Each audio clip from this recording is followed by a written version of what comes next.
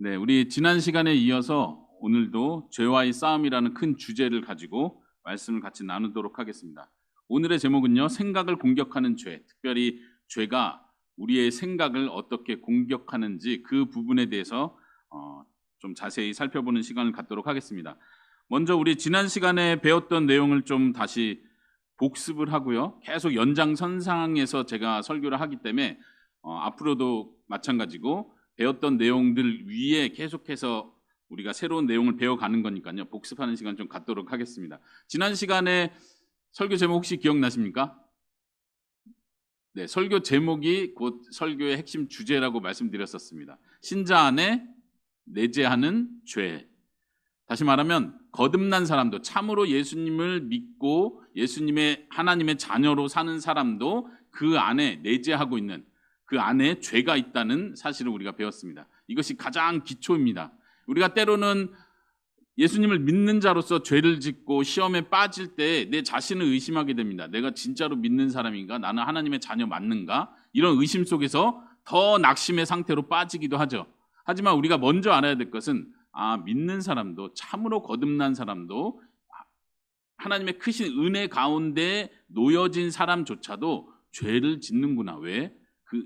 그 사람 속에, 내 속에 죄가 있기 때문이구나. 이걸 우리는 먼저 알고 시작해야 됩니다. 이것이 지난 시간에 배운 가장 중요한 내용이었습니다. 기억나시죠? 그리고 제가 적용하면서 이런 도전을 드렸습니다. 한 주간 동안 죄가 어떻게 활동을 하는지, 내 속에서 죄가 어떻게 일어나고 있는지 한번 좀 민감하게 살펴보시라, 이렇게 도전을 해드렸습니다. 혹시 한 주간 동안 지내면서 이것이 내 속에 있는 죄의 활동이구나 좀 느껴보신 적 있습니까? 네, 그냥 살다 보면 뭐 화나니까 화나는 거고, 욕이 나오니까 욕을 한 거고, 기분이 나빠서 짜증을 낸 거고, 그냥 일상이 그렇다라고 생각하겠지만 이것조차도 내가 하나님을 믿는 자로서 거듭난 새로운 피조물인데도 불구하고 여전히 내 속에서 활동하고 있는 죄구나, 이런 걸 느낄 수 있기를 바랍니다. 계속해서 이런 점검을, 자신의 점검을 할 수 있기를 바랍니다. 우리가 배우는 내용들이, 하나님의 말씀을 기초로 한 이 내용들이 삶에서 계속해서 적용되어지기를 바랍니다. 지난 시간에 죄의 본질에 대해서도 언급했습니다. 그 도표를 보여드렸었는데요. 그 도표 몇 가지를 한번 다시 생각해 봅시다. 죄의 본질은 무엇이라고 했습니까? 죄의 기본적인 본성, 죄의 성향은 무엇입니까? 하나님을 대적하는 것입니다. 하나님에 대한 적대감이라고 했습니다. 그 적대감은 두 가지 방식으로 표현된다고 했습니다. 하나는 반감이고 하나는 대적입니다. 반감은 좀 소극적인 면에서 싫어하는 겁니다. 하나님의 법을 싫어합니다. 하나님을 싫어하는 겁니다. 대적은요, 좀 더 적극적으로, 공격적으로 반항하는 거죠. 하나님을 향해서 마치 공격하고 달려들 것처럼 이런 반감과 대적을 통해서 나타난다고 했습니다. 그리고 다시 여기서 한 번 더 나눠졌죠. 그래서 도표가 필요했었는데, 이 대적 중에서 대적은 두 가지 방식으로 표현된다고 했습니다. 여기서 한번 질문을 드려보겠습니다. 두 가지 방식 중에 나타나는 방식 기억나시는 분? 강압과 속임. 강압은 법으로 비유하면서 나도 모르게 계속 압박을 느끼는 거죠. 해야 될 것 같은 법이 있기 때문에, 죄의 법이 있기 때문에 내가 계속 압박을 느끼는 겁니다. 그 다음에 속임은요, 말 그대로 속이는 겁니다. 오늘 함께 다룰 생각을 공격하는 죄의 부분이 바로 이 속임과 연결되어 있습니다. 우리가 잘 아는 것처럼 사탄은 처음부터 속이는 자였습니다. 거짓말의 아비라고 불립니다. 아담과 하와를 죄를 짓게 할 때도 다른 방법을 쓴 게 아니라 아담과 하와를 무슨 무서운 공포심에 사로잡히게 해서, 혹은 무슨 환상으로 나타나서 죄를 짓도록 막 푸시하고 미루는 것이 아니라 단순히 그들로 하여금 생각하게 하고, 생각을 통해서 잘못된 판단을 하게 만드는 거죠. 그것이 사탄이 한 전부였습니다. 사탄이 선악과를 따가지고 하와 입을 억지로 벌려서 먹게 한 게 아니었다는 얘기입니다. 하와가 스스로 선택했습니다. 아담도 스스로 선택했습니다. 하와의 말을 듣고 아담도 생각을 했습니다. 그리고 스스로 감히 하나님을 대적하는 그 행동을 했습니다. 다시 말하면 생각이 그만큼 중요하다는 얘기입니다. 사단은 처음부터 공격할 때 우리의 생각을 공격합니다. 지금 여기서는 사단이라는 존재를 말하지 않겠습니다. 죄라고 말합니다. 왜냐하면 죄는 이미 내 속에 거하고 있습니다. 지난 시간에 말했던 것처럼 죄는 어떤 독립적인 존재가 아니에요. 사단은 독립적인 존재죠. 그렇지만 죄는 독립적인 존재가 아니고 내 안에서 활동하고 역사하는 어떤 경향입니다. 계속해서 뭔가를 향해서 추구하고 있어요. 그게 뭐라고요? 하나님을 멀리 밀어뜨리려는 그 힘, 자석으로도 비교했었죠. 자꾸 하나님께로 가까이 가려고 하고 하나님의 말씀에 순종하려고 하면 내 속에서 자꾸 밀어내는 힘이 있어요. 그건 사탄이 아니라 내 속에 있는 죄라는 얘기예요. 우린 지금 사탄과의 싸움을 얘기하는 게 아니라 내 속에 있는 죄와의 싸움에 대해서 얘기한다는 걸 생각하시기 바랍니다. 이 죄가 기본적으로 하는 것이 바로 사탄이 하는 그 행동과 똑같다는 얘기를 합니다. 죄는 기본적으로 우리를 계속해서 넘어뜨립니다. 생각을 하게 하고 잘못된 판단을 하게 합니다. 그래서 이 생각을 지킨다는 것은 우리가 죄와 싸우고 죄를 짓지 않기 위해서 제일 먼저 노력해야 될 가장 중요한 근본적인 부분이라는 것을 기억하시기 바랍니다. 오늘 읽었던 성경 본문을 잠시 다시 볼까요? 야고보서 1장 14절에서 15절이었습니다. 오직 각 사람이 시험을 받는 것은 자기 욕심에 끌려 미혹됨이니 욕심이 잉태한 즉 죄를 낳고 죄가 장성한 즉 사망을 낳느니라. 많이 들어본 표현입니다. 하나님을 원망해서는 안 됩니다. 내가 시험을 받을 때, 시험이라는 건 부정적인 의미에서 잘못된 길을 걷게 되는 것을 말합니다. 내가 시험을 받을 때 하나님이 나를 시험한다 이렇게 생각하지 말아라. 시험을 받는 것은 자기 욕심에 끌려서 미혹되는 것이다. 야고보 사도는 이렇게 우리를 가르쳐주고 있습니다. 존 오웬은요, 제가 계속해서 존 오웬을 종종 인용하게 될 텐데요. 존 오웬은 이 본문을 5가지 단계로 분석을 했습니다. 한번 들어보십시오. 첫 번째, 끌린다는 것은 생각을 공격한다는 거라고 표현을 합니다. 자신의 욕심에 끌려 미혹된다고 할 때 이 끌리는 부분은 생각이 공격을 당하는 거예요. 죄에게 공격을 당하는 거예요. 미혹되는 것은요, 그 다음 단계, 정서가 미혹된다고 분석을 합니다. 정서라는 건 감정을 말하죠. 우리의 마음, 무엇을 좋아하고 무엇을 싫어하는 그 마음이 미혹돼 버리는 상태.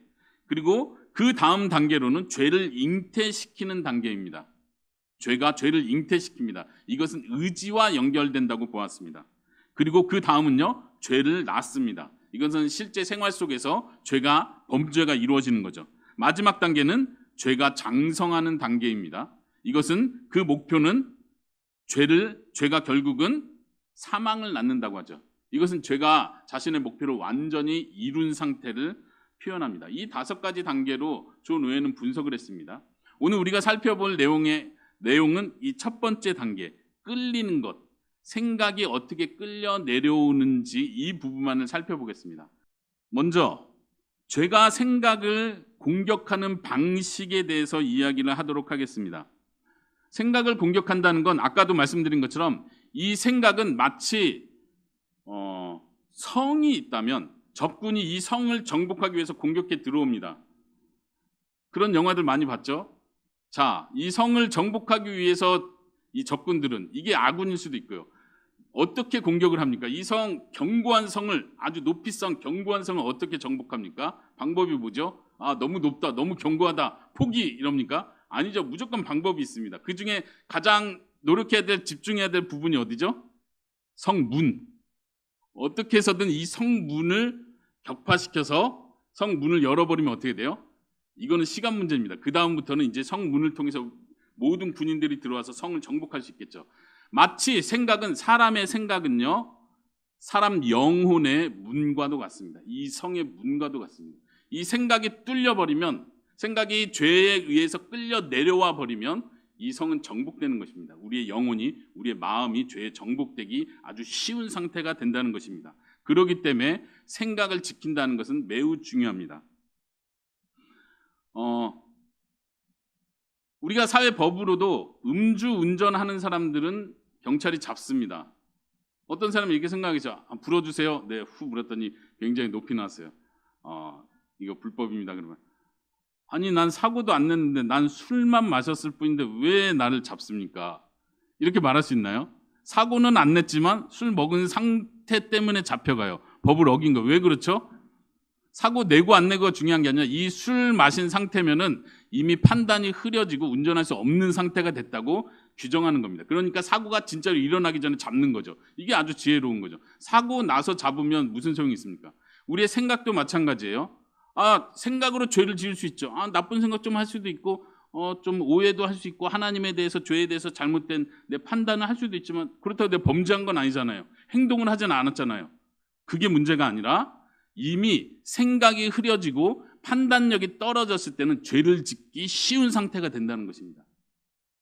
마치 술을 먹었기 때문에 판단력이 흐려져서 운전을 제대로 할 수 없고 반드시 사고 낼 위험에 놓여 있는 것처럼 행동으로 죄가 겉으로 드러나진 않았어도 우리의 생각이 이미 판단이 흐려진다면 우리는 언제든지 죄를 지을 상황에 놓인다는 것입니다. 이해하십니까? 다시 지금 생각이 얼마나 중요한지를 얘기한 것입니다. 그러면 죄가 이 생각을 공격하는 데 모든 것을 집중할 텐데 어떻게 이 생각을 공격하는지 세 가지로 말씀을 드리도록 하겠습니다. 첫 번째는요. 죄가 갖고 있는 추악함과 위험성을 제대로 헤아리지 못하게 한다. 죄가 우리의 생각을 공격하기 위해서 제일 먼저 하는 것이 이것입니다. 죄가 얼마나 추악한지, 죄가 얼마나 위험한 건지 이 생각을 하지 못하게 만드는 것이죠. 마치 음주운전 얘기를 했는데 음주운전 하는 사람들이 보통 하는 태도가 뭐죠? 나 조금밖에 안 마셨어. 괜찮아. 나 판단력 흐리지 않아. 나 정신 멀쩡해. 이러고 음주운전을 하죠. 우리에게 죄가 공격하는 방식도 마찬가지입니다. 이 죄가 대단한 거라고 생각하지 않습니다. 너가 지금 심각한 상태라고 생각하지 않습니다. 죄를 짓는다고 해도 이것이 대단한 거라고 생각하지 않습니다. 때로는 주위 사람들과 비교를 하게 합니다. 저 사람도 이 정도 행동은 하잖아. 나만 그런 건 아니잖아. 이 사람도 이 사람 예수님 잘 믿는 사람이고 이 사람은 훌륭하신 목사님이고 장로님인데도 이렇게 하잖아. 그러니까 나도 괜찮을 거야. 벌써 생각을 유혹하기 시작하는 것입니다. 예레미야서에 보면요. 이렇게 말을 합니다. 너의 악이 너를 징계하였고 내 반역이 너를 책망할 것이라. 그런즉 내 하나님 여호와를 버림과 내 속에 나를 경외함이 없는 것이 악이요 고통인 줄을 알라. 주 만군의 여호와의 말씀이니라. 하나님께서 말씀하시기를 하나님 자신을 버린 것과 너희 속에 하나님을 경외함이 없는 것이 악이고 고통이라. 이렇게 말씀하십니다. 우리는 하나님을 경외하지 않는 것을 고통이라고 생각하지 않습니다. 악이죠. 죄라고 생각할 수는 있지만 하나님을 버리는 것, 하나님을 두려워하지 않는 것이 나에게 고통이라는 생각을 하지 않아요. 그건 아픈 거 아니죠. 대단하지 않죠. 때로는 내 마음이 다른 데 뺏기면 하나님보다 이 상황을 더 두려워할 수도 있는 거고 하나님을 높이고 찬양하기보다 그냥 사람을 높이고 사람을 의지할 수도 있는 거죠. 근데 성경은 말하기를 이것이 곧 우리에게 고통이라고 말합니다. 근데 우리는 그 고통을 느끼지 못합니다. 죄가 하는 것이 첫 번째 하는 것이 그겁니다. 죄가 얼마나 추악하고 위험한 건지를 보지 못하게 하는 거예요. 느끼지 못하게 하는 거예요. 갈수록 우리의 생각을 그렇게 바꿔갑니다. 한번 생각해 봅시다. 우리 사람의 몸으로 비유할 때 사람의 몸에는 다 감각이 있습니다. 정상적인 사람이라면 내가 고통을 정상적으로 느낍니다. 뾰족한 거에 만약 찔린다면요. 따고 아파하고 느끼죠. 뜨거운 불에 내 손을 점점 가까이 갖다 대면요. 이게 손이 타기 전에 뜨거 하고 손을 빼게 되죠. 이 감각이 생각이라고 생각해 보세요. 근데 만약 이 감각이 사라졌어요. 무뎌졌어요. 나 뜨거운지도 몰라. 계속 놔둬도 될 것 같아. 이 손이 크게 다쳤는데도 뭐 별로 아프지 않은데 모르겠는데 누가 나를 공격하는데도 감각이 없어요. 감각이 없는 게 좋은 게 아니죠. 이 감각은 나를 살게 만듭니다. 빨리 피하게 만듭니다. 이게 나쁜 거구나, 위험하구나, 이대로 하면 큰일 나겠구나 하고 내 행동을 옮기게 만듭니다. 근데 우리의 생각이 무뎌져 버릴 때는 이런 감각에서 무뎌지고 죄가 얼마나 위험한지 그 다음 무엇을 낳을지 생각하지 못하게 만든다는 것입니다. 지난주에 요셉의 이야기를 잠깐 했었습니다. 요셉이 이런 표현을 했었죠. 보디발의 아내가 욥을 계속해서 유혹하고 잠자리를 같이 하자고 할 때 요셉은 이렇게 말합니다. 창세기 39장에 보면요. 그 보디발의 아내에게 하는 말이 이렇습니다. 이 집에는 나보다 큰 이가 없으며 주인이 아무것도 내게 금하지 아니하였어도 금한 것은 당신뿐이니 당신은 그의 아내임이라. 그런즉 내가 어찌 이 큰 악을 행하여 하나님께 죄를 지으리오. 요셉의 생각은 이렇습니다. 어찌 이 큰 악을 행하여, 이 악은 큰 악이라는 인식이 분명히 있다는 거예요. 뭐 다른 사람들도 다 그러고 어차피 주인 없고 사람 모르게 하고 또 이거 방법을 통해서 이 여자를 통해서 내가 출세할지도 모르고 뭐 다들 그렇게 생각하는 거 아니야? 죄를 가볍게 생각하는 것이 아니라 이것이 큰 악이라고 생각합니다. 그리고 더 중요한 것은요, 하나님 앞에서 하나님께서 항상 나를 보고 있고 내가 하는 모든 행동이 하나님 앞에서 추악한 것이고 이것이 얼마나 위험한 것인지를 요셉은 계속해서 생각하고 있었다는 뜻입니다. 갑자기 이런 태도가 나온 것이 아니라 요셉의 기본적인 죄에 대한 태도가 그랬다는 것을 우리는 볼 수 있습니다. 두 번째, 죄가 생각을 끌어내리는 방식, 복음의 은혜를 남용함으로써 생각을 끌어내립니다. 이 말은 뭐죠? 복음이 무엇입니까? 복음은 예수 그리스도의 그 크신 은혜, 대속의 공로를 통해서 우리의 죄가 용서받았다는 사실입니다. 이것이 복음의 핵심이고 복음의 은혜입니다. 그런데 죄는 이 좋은 복음을 남용하게 만듭니다. 자, 남용한다는 뜻이 뭐죠? 남용한다는 건 너무 지나치게 많이 사용한다는 뜻이에요. 좋은 것인데 너무 지나치게 많이 사용하는 거예요. 죄가 그것을 노립니다. 디도서 2장 11절 12절에서는 이렇게 말합니다. 모든 사람에게 구원을 주시는 하나님의 은혜가 나타나 우리를 양육하시되 경건하지 않은 것과 이 세상 정욕을 다 버리고 신중함과 의로움과 경건함으로 이 세상을 살고, 구원을 주시는 하나님의 은혜는 우리로 하여금 세상 정욕을 다 버리고 신중함과 의로움과 경건함으로 살게 만드는 것입니다. 이것이 복음의 은혜가 하는 일입니다. 그 목표입니다. 그런데 죄는 이 복음의 은혜를 이용해서 우리가 다른 방향으로 잘못된 목표로 가도록 이끕니다. 거룩한 삶이 아니라 죄를 짓는 삶으로 이끕니다. 생각을 공격한다고 했죠. 어떻게 공격할까요? 이렇게 말합니다. 너 죄 사함을 받았으니까 이제 더 이상 죄와는 상관없어. 그게 뭐예요? 죄 지어도 괜찮아. 이런 생각으로 끌고 가는 거죠. 하나님께서 항상 용서하시는 분이야. 하나님의 사랑을 믿잖아. 그러니까 이 정도 죄도 당연히 용서해 주는 거야. 너가 이 죄를 심각하게 생각할 필요가 없어. 이것이 죄가 우리의 생각을 공격하는 방식입니다. 죄는 어떤 존재가 아니에요. 정확히 말하면 죄는 내 속에 있는 거고 나의 생각이에요. 내가 그렇게 말을 하는 거예요. 사탄이 옆에 와서, 귀신이 옆에 와서 내 옆에서 속삭이는 게 아니에요. 내 속에 있는 죄의 성향이 그렇게 나를 스스로 속여가는 것입니다. 사도 바울이 말하죠. 내가 악한 일을 할 때 그것은 내가 아니라 내 속에 있는 죄다. 이 죄는 나하고 완전히 분리되는 상태가 아닙니다. 이 죄는 내가 하나님 나라 가는 그날까지, 내가 죽는 그날까지 내 속에 붙어 있는 것입니다. 내가 이걸 떨어뜨려 낼 수가 없습니다. 그렇기 때문에 우리는 이 생각들을 계속해서 경계해야 합니다. 우리가 알고 있는 복음의 핵심은 그렇습니다. 내가 착한 일을 해서 구원받은 것이 아니라 오직 믿음으로, 오직 하나님의 은혜로 구원을 받은 것이다. 내 노력으로 구원을 얻어낸 것이 아니다. 내가 노력해서 하나님의 은혜를 받아낸 것이 아니었다. 너무나 귀한 하나님의 은혜의 복음입니다. 그런데 우리는 이것을 이용합니다.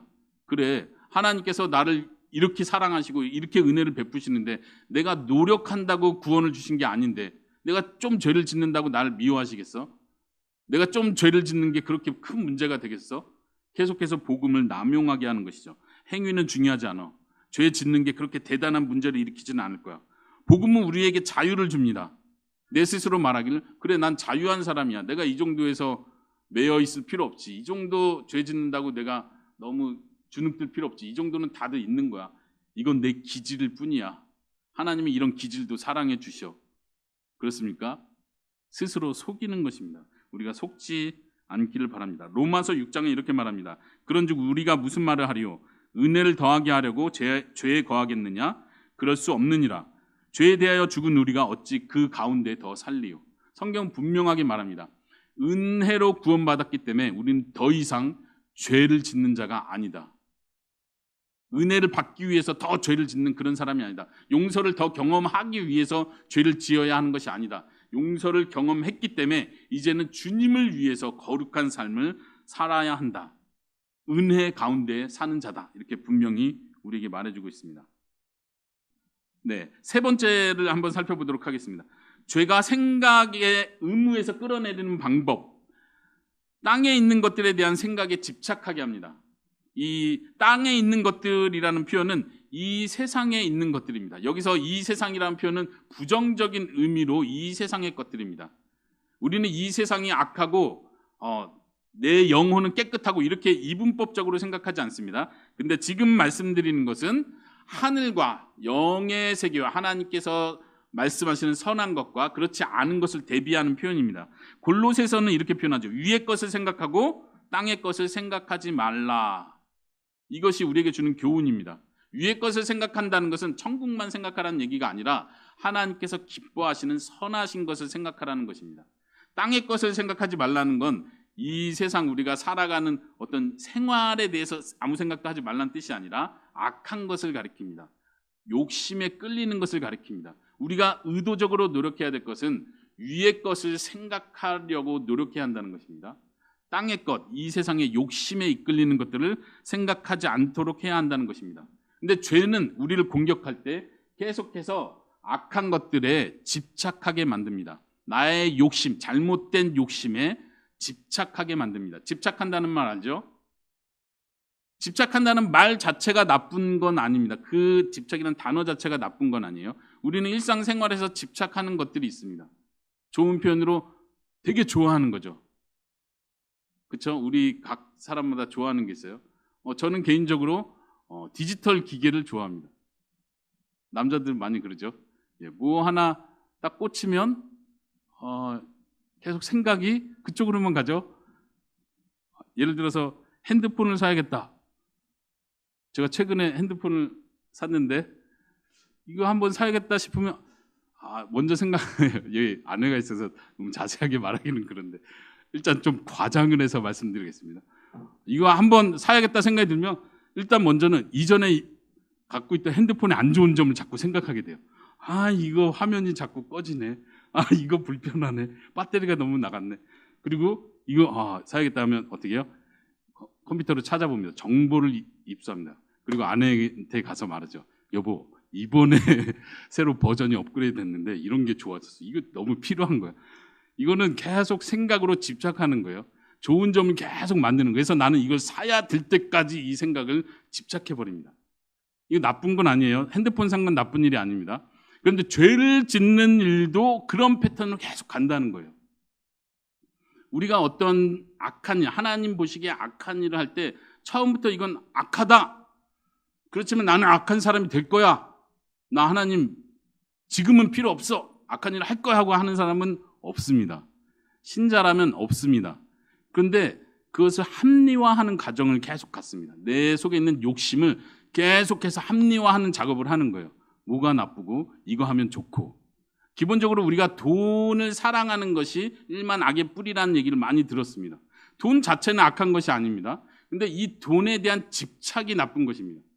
돈을 사랑하는 것이 나쁜 거예요. 돈이 나쁜 게 아니에요. 돈을 멀리하면 안 돼요. 돈은 우리가 잘 사용해야 돼. 우리 청기제기로서 받은 사명입니다. 잘 사용하고 지혜롭게 사용하는 걸 배워야 합니다. 그런데 돈에 대한 집착이 생길 때 문제가 되는 거예요. 이게 내 욕심인지 아닌지 이게 구분이 안 되는 상태가 옵니다. 우리는 여기서 분별을 갖기 위해서 노력해야 합니다. 다윗의 예를 지난 시간에도 드렸었는데 다시 한번 생각해 봅시다. 다윗이 큰 죄를 범했던 것이 밧세바 사건이었습니다. 이것이 왜 문제가 되죠? 다윗은 그 당시에 큰 왕이었고 왕들은 많은 여인들을 거느릴 수 있었고 그것 자체가 하나님 앞에서 죄가 될 수 있죠. 그러나 세상에서는 그냥 다 인정하는 그 정도의 이건 큰 문제는 아니었습니다.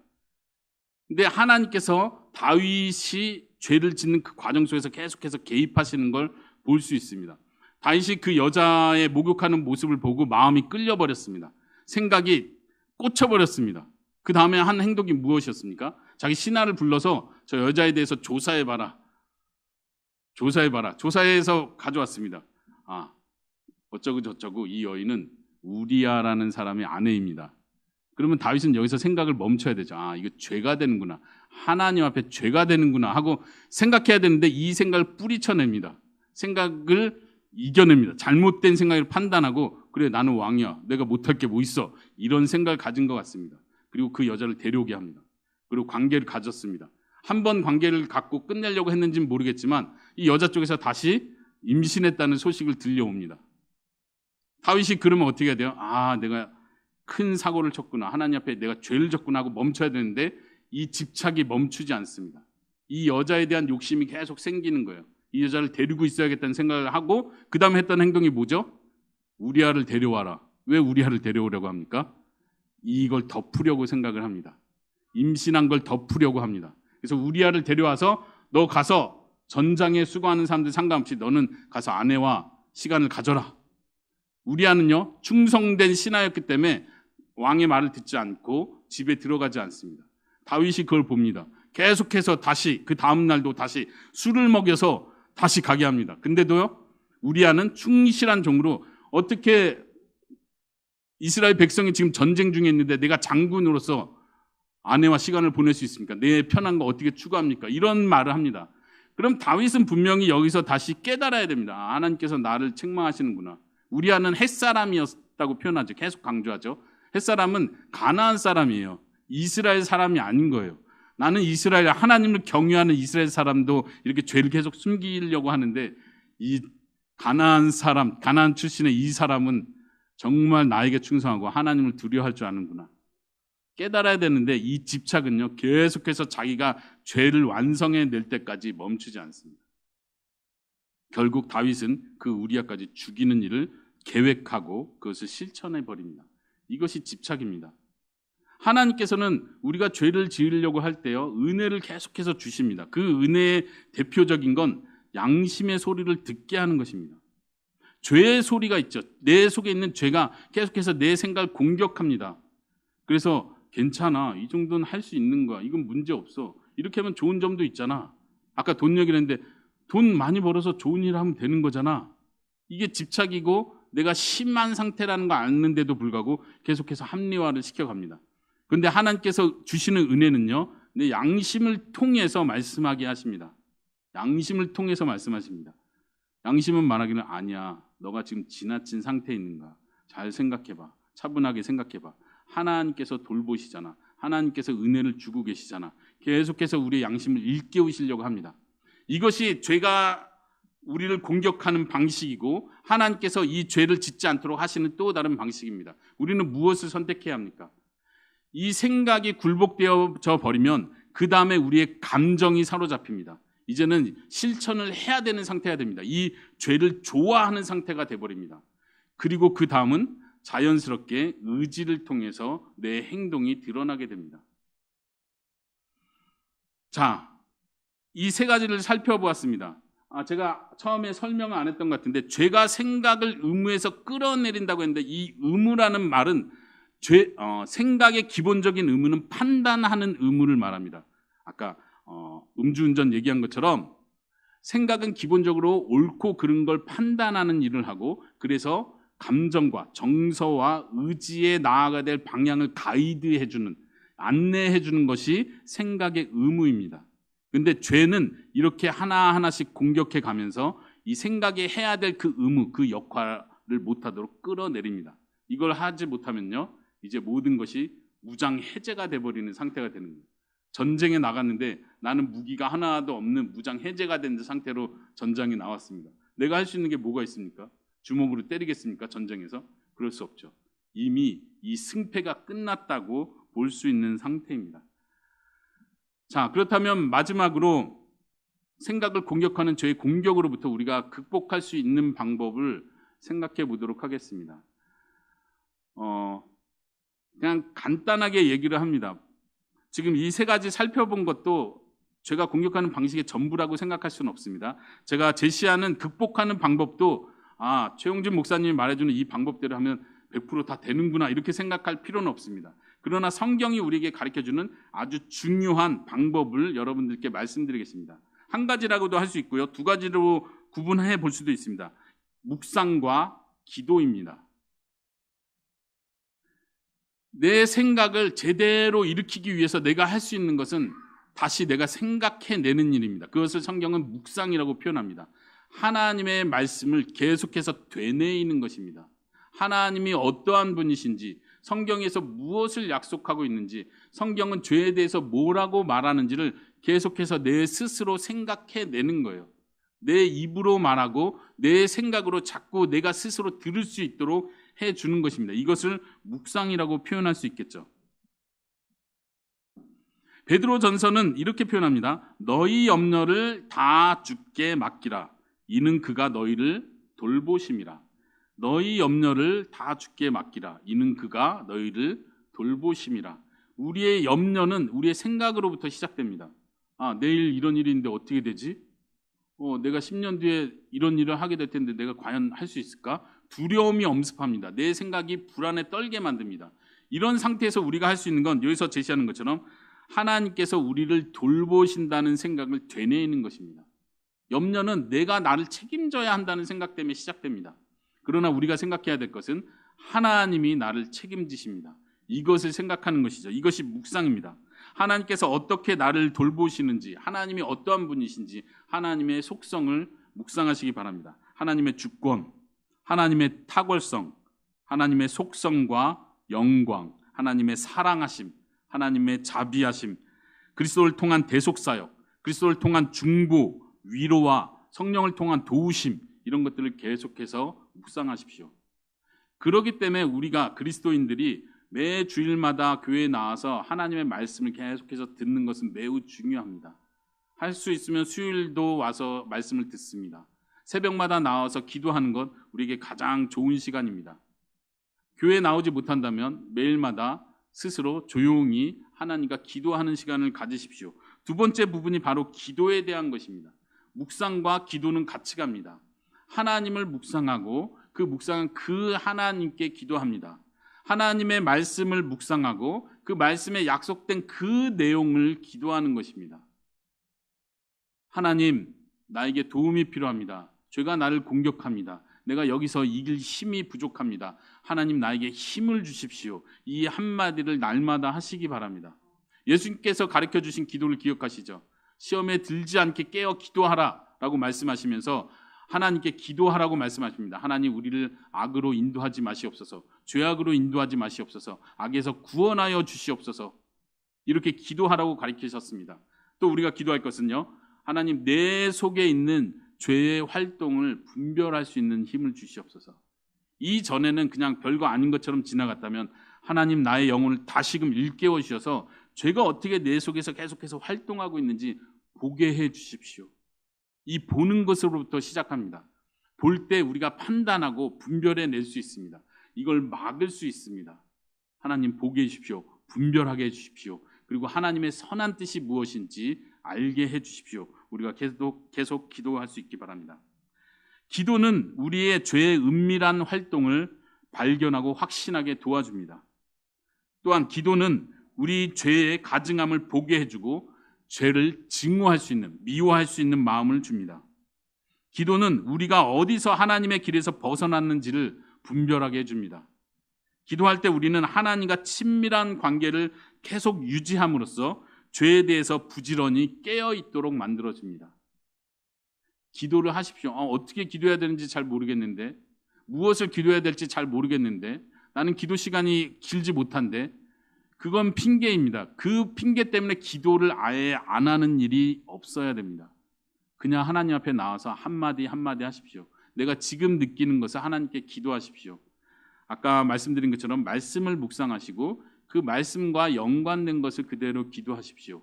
오늘 내게 필요한 힘을 공급해 달라고 하나님께 부탁하십시오. 이 기도 시간 자체가 하나님과의 관계를 계속 돈독하게 만들어줄 것입니다. 그 관계를 통해서 우리는 죄로부터 계속 깨어 있게 될 것입니다. 기도는 우리에게 최고의 무기입니다. 죄가 우리를 공격해 올 때 생각을 공격해 온다고 했습니다. 우리가 그 공격을 막아낼 수 있는 최고의 무기는 기도하는 것입니다. 하나님, 나를 도와주십시오. 죄로부터 깨어 있도록 도와주십시오. 마지막으로 짧게 몇 가지 기도 죄가 하는 마지막 역할, 죄가 우리를 공격하는 마지막 역할에서 이 무기인 기도를 뺏는 방법을 좀 설명해 드리겠습니다. 기도가 우리의 최고의 무기라면 죄도 이 무기를 뺏기 위해서 최고의 노력을 할 것입니다. 첫 번째, 죄는 육체의 피곤함을 핑계로 기도를 멈추게 만듭니다.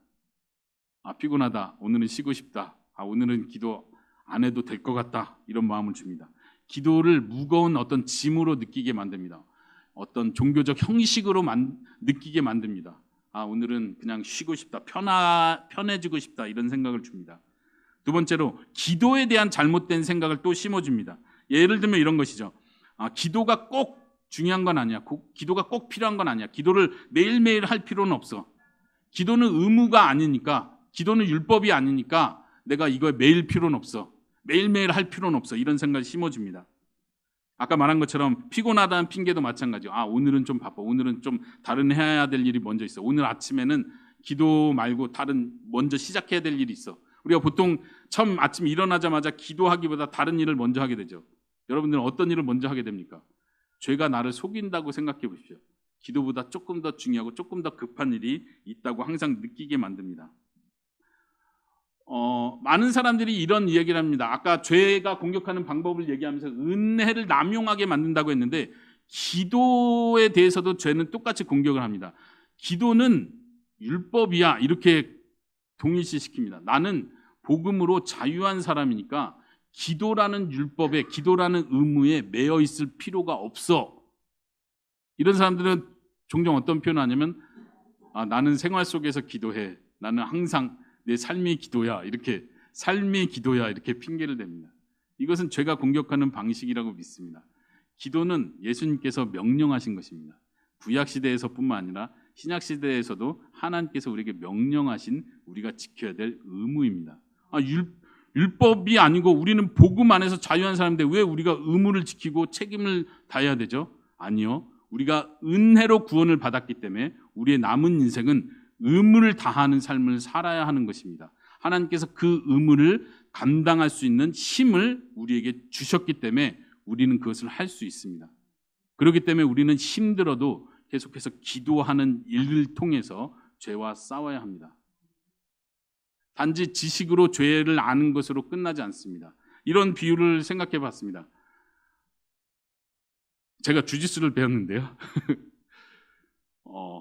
관장님이 열심히 가르쳐 줍니다. 막 기술들을 열심히 가르쳐 주고, 또 저는 개인적으로 막 이렇게 분석하고 요점 정리하는 걸 좋아해서 주짓수의 기술들 다 적어 놓습니다.